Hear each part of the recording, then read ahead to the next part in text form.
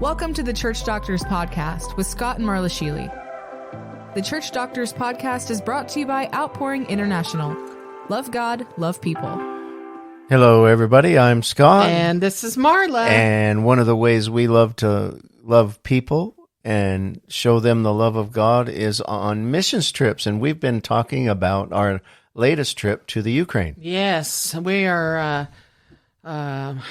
We've been telling the good, the bad, and the ugly. Yeah, our experiences with travel and food and not knowing what to expect. Yeah. And so here we are. We're in the Ukraine for a few days already, and we've ministered in a church in Pryluki. We traveled back through the nation's capital and out into another village called Bucha, which is east of Kiev again. Actually, that was a little more west, I think. Okay. Because then we went back into Kiev and spent the night.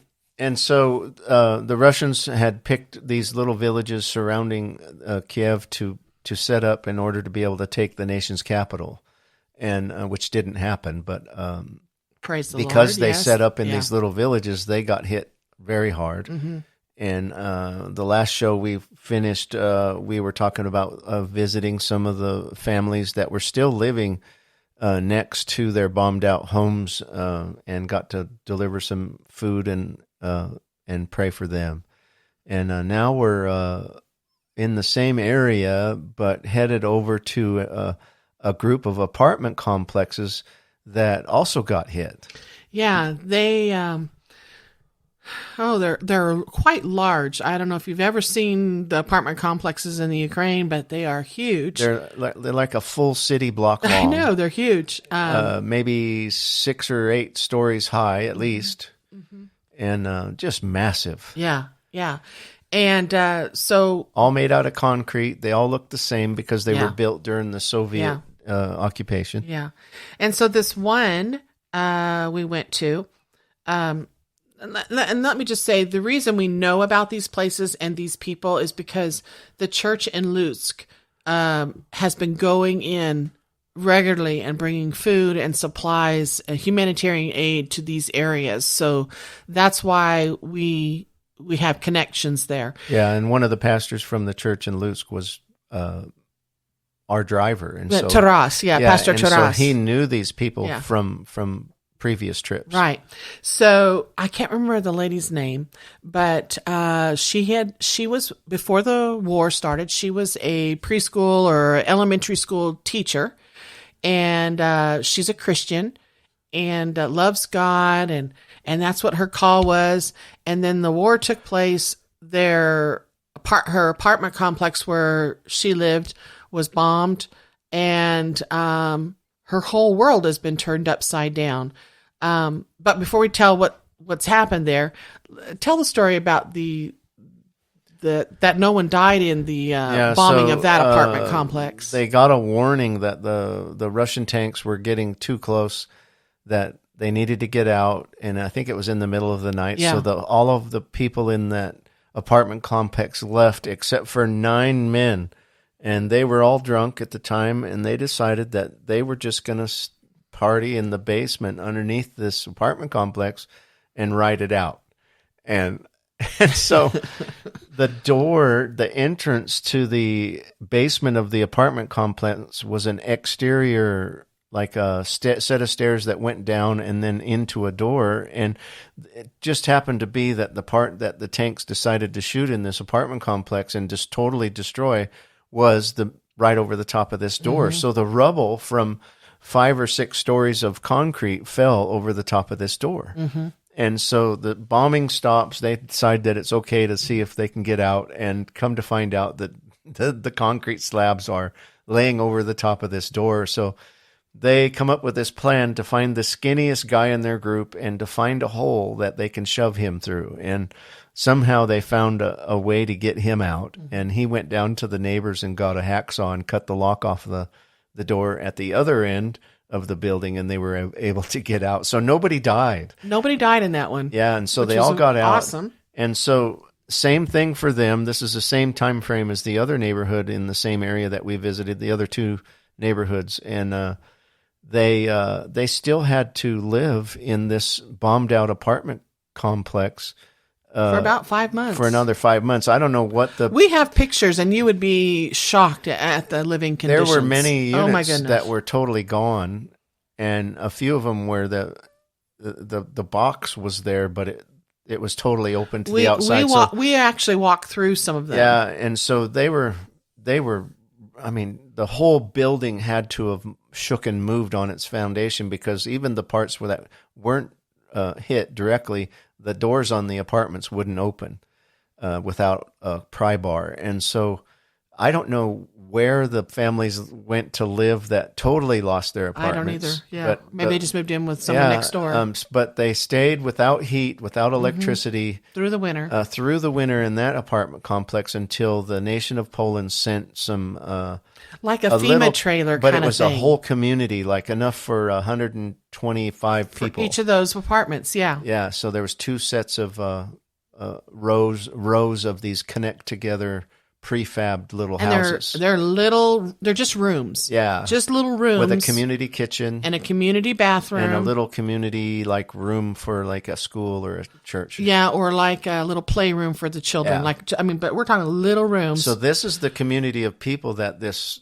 preschool teacher that used to live in the bombed out apartment complex, she kind of by default, because she's a leader and because she's got the Spirit of God on her, she becomes the unelected mayor, if you will, of this little village. Right. And she ends up organizing them cooking together. She has to do disputes that arise in between people that don't like the way the other people are doing things. And, and so she's running the whole complex. She's loving this group of people for God and has been doing that since the war started.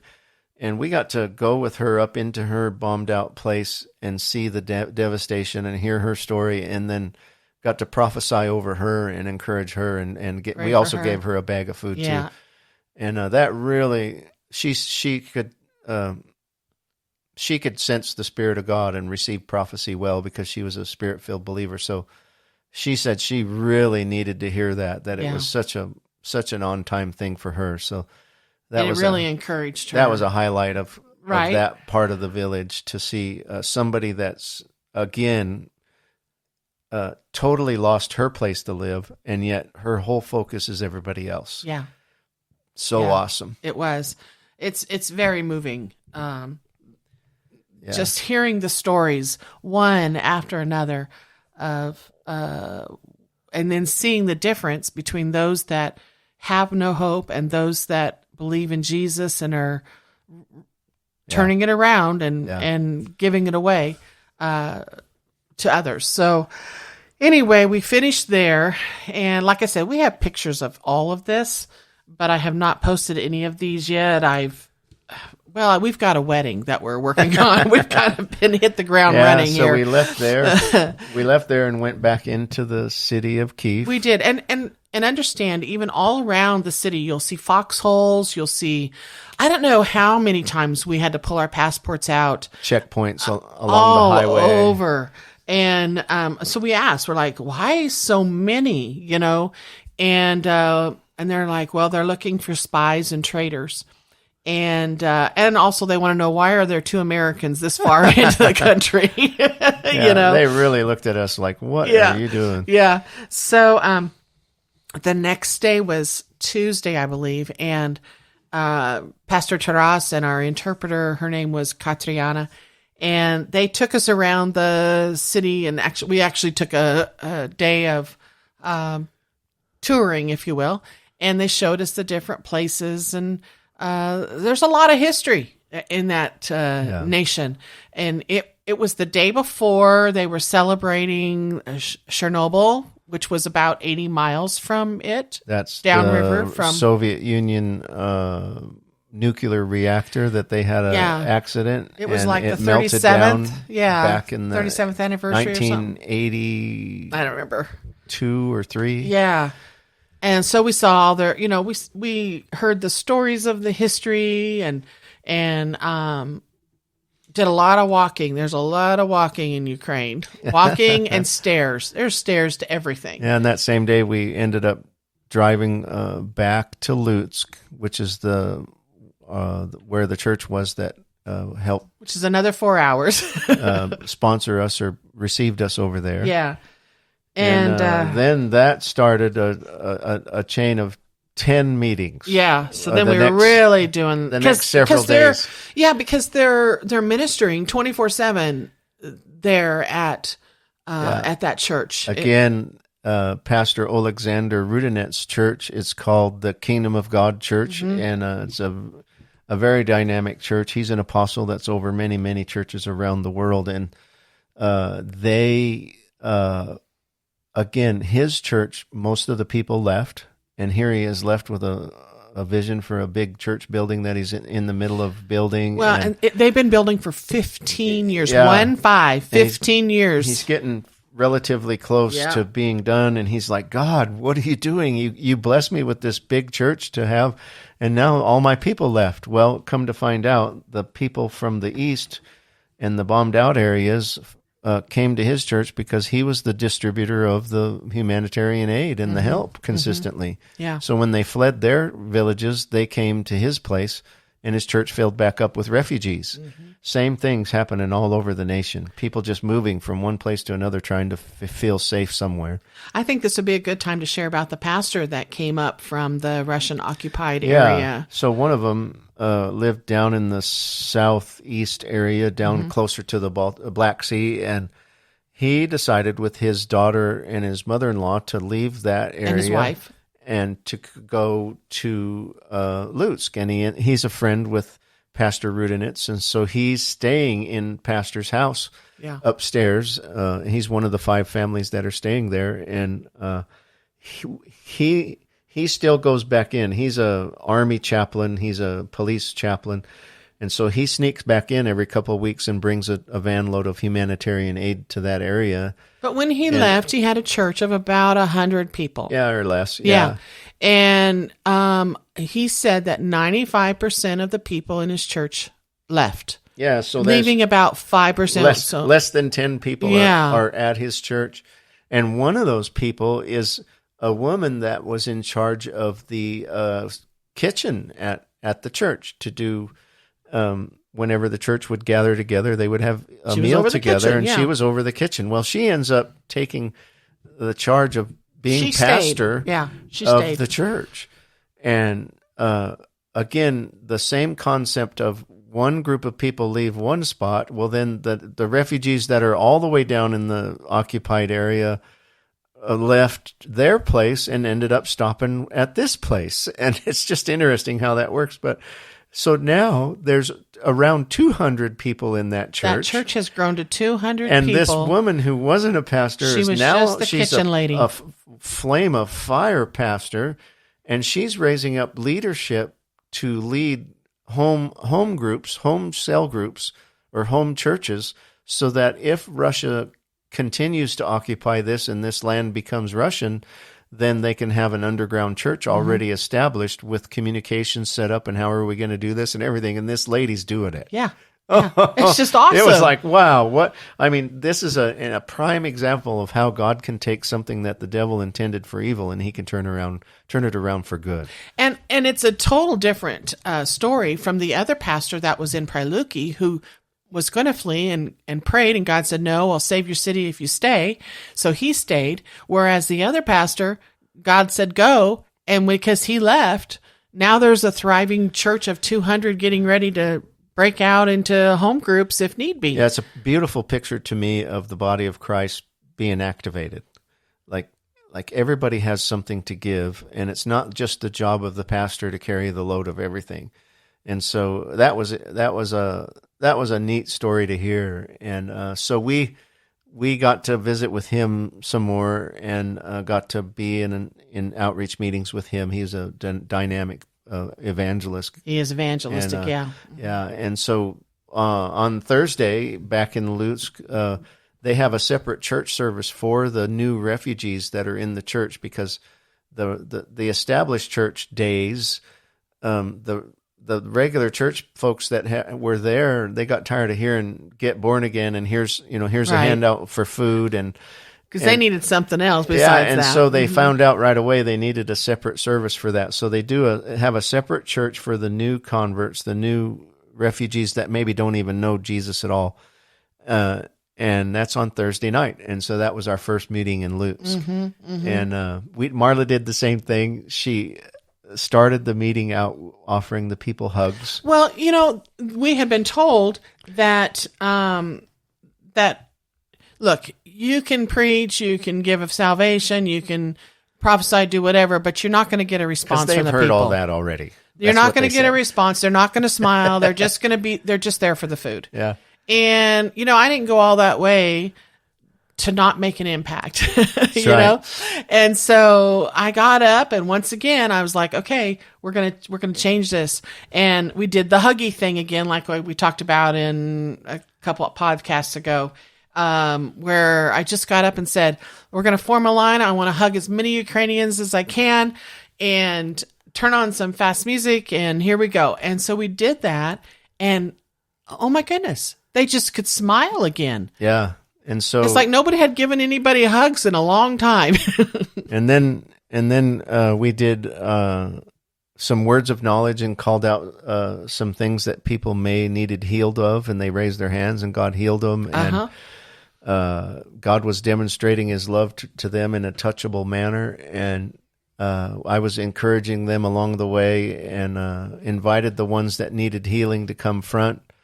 And after they saw a few people get healed, more and more and more people kept coming, and people were getting visibly touched by the power of God, having to take their winter coat off because the heat, that was so funny. From the touch of God was too much. And then you gave an altar call for salvation. I gave an altar call for salvation, and over 30. I think we had 30 people pray with us to receive Jesus, and I couldn't talk to every single person that got healed, so I just asked them to raise your hand if you felt God touch you and something physically changed in your body. You can tell. And another 25 or 30 people raised their hand for that. And so this group of people that were stone-hearted and were only there for a handout for the refugee church meeting had an encounter with God. Yeah. And so that was pretty cool. It was. And I think, was that the day that we got to spend looking at the church that's being built? Yeah, we did a tour of the new building. And matter of fact, if you're a construction worker that likes to do missions in that area, you're welcome to go to Lutsk, to the Kingdom of God Church. They've got a place for you to stay. They'll feed you, and they're building a multi-level, huge complex that will have a youth department, an outreach department, the sanctuary, which is massive, and rooms for a Bible school and Bible school meetings, and it just keeps going on and on. Right now, they're just meeting in a Quonset hut. Yeah. And if you want to help financially support them, they need another $1.5 million or so to finish it. I thought it was $800,000. Well, they could use $100. $1 million be good. He needs an elevator. That's $55,000. Yeah. So I kind of added it up. Yeah. But anyway, they've been working on it for 15 years, and they're debt free. Yeah. And they're still not moved in yet. Yeah, they're meeting in a smaller Quonset hut type building behind that building that it works very well. But it's a metal building, and it's cold in the wintertime and hot in the summer. So. Yeah. Can you imagine, though, how many people would hang around to do a church for 15 years and still not be in it and giving towards it? That's like a build the ark kind of thing. Yeah, but they're doing it. They're doing it. And they have a vibrant church. They do. And so we did that. We also did. We did some luncheon meetings with refugees. Yeah, with workers, because they've employed workers, refugees, to help work. A construction crew and a superintendent. Yeah, they're all refugees. Yeah, and then like you said, there was like 10 meetings. They kind of all run together at this point. But we did a youth meeting that was really fun. It was a youth/young adults meeting. Yeah, and it was one night, and they said, well, we were like, is there anything special that you'd like us to teach on or minister, or is there anything, what would you like? And they're like, well, maybe about how to hear God or something, or how do you prophesy? Because that was a big question. everywhere we went, how do you know that stuff? Because you're prophesying over people. And one time there was, you were prophesying, there was a whole line of people and your interpreter's working with you. And, you prophesied something to the effect of, I see you working with, abused women and counseling them and helping them get set free. And you turn and your interpreter didn't interpret because she was just standing there bawling because she knew the lady and knew that's exactly, she was a abused women's psychologist. She was a lady. social worker already. Yeah. And that was her heart, was to reach these kind of women. And they were friends, and she couldn't interpret it because the tears were just squirting out of her eyes. So she had to go pass off and get another interpreter. There's no way you could know that. There's just no way you could know that, she kept saying. So the prophetic was very new to them. They just couldn't get it. They just didn't know how that happened. So they're like, teach us how you do that. So we thought, okay, well, we'll take the young adults youth meeting and we'll make it a workshop kind of deal. And so we had a lot of fun with that, and they really enjoyed it.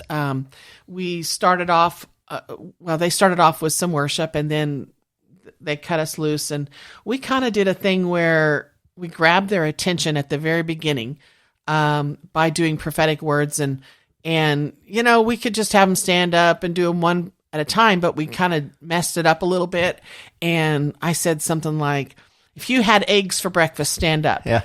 And like one guy did. And so you had a word for him. And then if you've got green eyes, stand up, or whatever. And so they were on the edge of their seat wondering, okay, is she going to call something that I can stand up and get a word for? And so we had their attention, and I think we ended up prophesying over everybody. Everybody got at least one word. Some of them got more than one. And it was fun because they kept leaning in farther and farther. Mm-hmm. The more this happened, the more they were like, wow, it's so cool. And we ended up having a pizza party afterwards. Yeah. And before that, though, we did teach him how to hear God. We did an activation. You taught, you preached for a little bit. And then, it was a great service. And then afterwards they had the pizza. And after they were done with pizza, somehow they just all kind of gathered around, and for another hour or so, they just asked questions. They were just physically leaning in, wanting to know more, and so refreshing to see the young generation want the things of God. Yeah. That was probably one of our favorite services because it was fun doing that like that. But let's see, we did a thing with the yellow boxes. Remember that? Yeah, that was another outreach where they bring people in for 4 Sundays in a row and set a really nice spread on a table with tablecloths and a little lamp, and they it was feed really them nice. And they teach a little teaching, and then by the end of the 4 weeks, they should know enough to be born again and feel like they can be part of the church family. And this was a really unique way of doing it, because a lot of times churches just give a salvation call and raise your hand and get saved, but this was 4 weeks. This is what it's all about. They taught them, and they were not allowed. They purposely didn't do a salvation call at the first and second. There was a plan. Waited. There was a plan. Yeah, it's a program that was thought up by somebody out of the Christ for the Nations that's been adapted for the Ukraine. Yeah. It was real. And then the yellow boxes were boxes of food. Yeah. So once again, more humanitarian aid. But and then we did a Sunday service. We did a Sunday service. Trying to think. The Samaritan's Purse had, how you fill out the shoe boxes and you send them. Well, there's the Pastor Alexander's church is a distribution place that Samaritan Purse uses. And so they had shoe boxes. And so they had been announcing they were going to hand out shoe boxes to the children. And that's what they did. There was like 200 kids. Oh my goodness. The children just everywhere. And the boxes and they were just smiles. And it was just really neat to be on the other end, because we've been on the pack the shoebox end. Yeah, when we pastored in Oklahoma, we did packing the shoebox parties. Our kids would go, we'd take them to the store and all right, buy stuff. I got the opportunity to tell the congregation that that's what we did. We are the people that packed some shoe boxes. Maybe they didn't go to the Ukraine, but that was years ago. But when they heard that, it affected them. Yeah. That there's actually real families that intentionally shop for each individual kid and picked out something special for them, and that really touched their hearts. Yeah. And, There was one box that came, a little boy named Luciano. He got a picture of the family that sent the box, and on the back of it, it had their email address and their name. And I thought, well, he's not going to do anything with that. So I picked up my phone and I emailed that family and took a picture of the little boy. And I said, this little boy just received your box. Wanted you to know that you really blessed him. That was and fun. And he's got a big old smile and his box is open. And probably within 12 to 24 hours, I had an email back, and they were just tickled pink that they had a picture of the little boy that had received the box. But before we talk about any more about that service, let's go ahead and end the show today, Scott, because we've got probably at least another show's worth of testimonies and the goodness of God to end that trip. Yeah, and so I want to encourage you to pray for the people of Ukraine. If you want to give, you can give through our website, and we'll get it straight to them for any kind of help that you want to send. They're still feeding people, still trying to provide housing, paying for gas for the vans to drive all over the nation. I mean, they're driving 16 hours there and back, to deliver food, so it's an expense for them. And then consider consider what it is that God's inviting you to do to help somebody else have hope. There's people that are without hope right here in the United States. There's people that are in a war in some other kind that maybe you can't see in the natural like they can in the Ukraine, but they're at war in their own lives. What can you do to ease their pain, to bring them into a place of hope where God can have access to their heart? And find a way to give. Find a way where your gift in the body of Christ can be significant where you're at. And if you want to go on a mission trip, let us know. Maybe we'll bring you on the next trip. Who knows where we're going next? So thank you for being with us today. We love you, and we'd love to bring people to the Ukraine, but it's a hard trip. Yeah, we need to wait till the airports are open. Right. But we'll see you next time. Bye-bye. Bye.